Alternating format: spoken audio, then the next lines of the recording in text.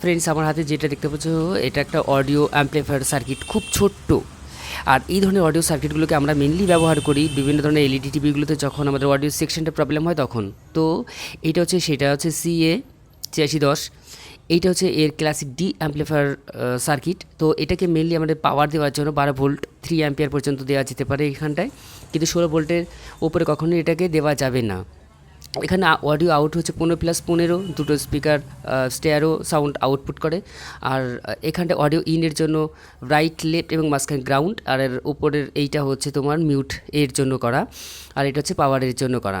ওকে, তো এই ধরনের সার্কিটগুলো আমরা মেনলি ব্যবহার করি কোথায়, আমরা একটু বললাম। এবার ছোটো ছোটো স্পিকার, যে টিনি স্পিকারগুলো হয় বা ছোটো ছোটো 15 ওয়াটের যে স্পিকারগুলো, সেটা কিন্তু দুর্দান্ত বাজে। আমি এটাকে প্লাস নিজে ব্যবহার করেছি এবং ব্যবহার করে তোমাদের সামনে এটা তুলে ধরছি। তো এই ধরনের আরও অনেক অনেক ভিডিও আছে চ্যানেলে, তোমরা যদি চাও তাহলে দেখতে পারো, চেক আউট করে নিতে পারো।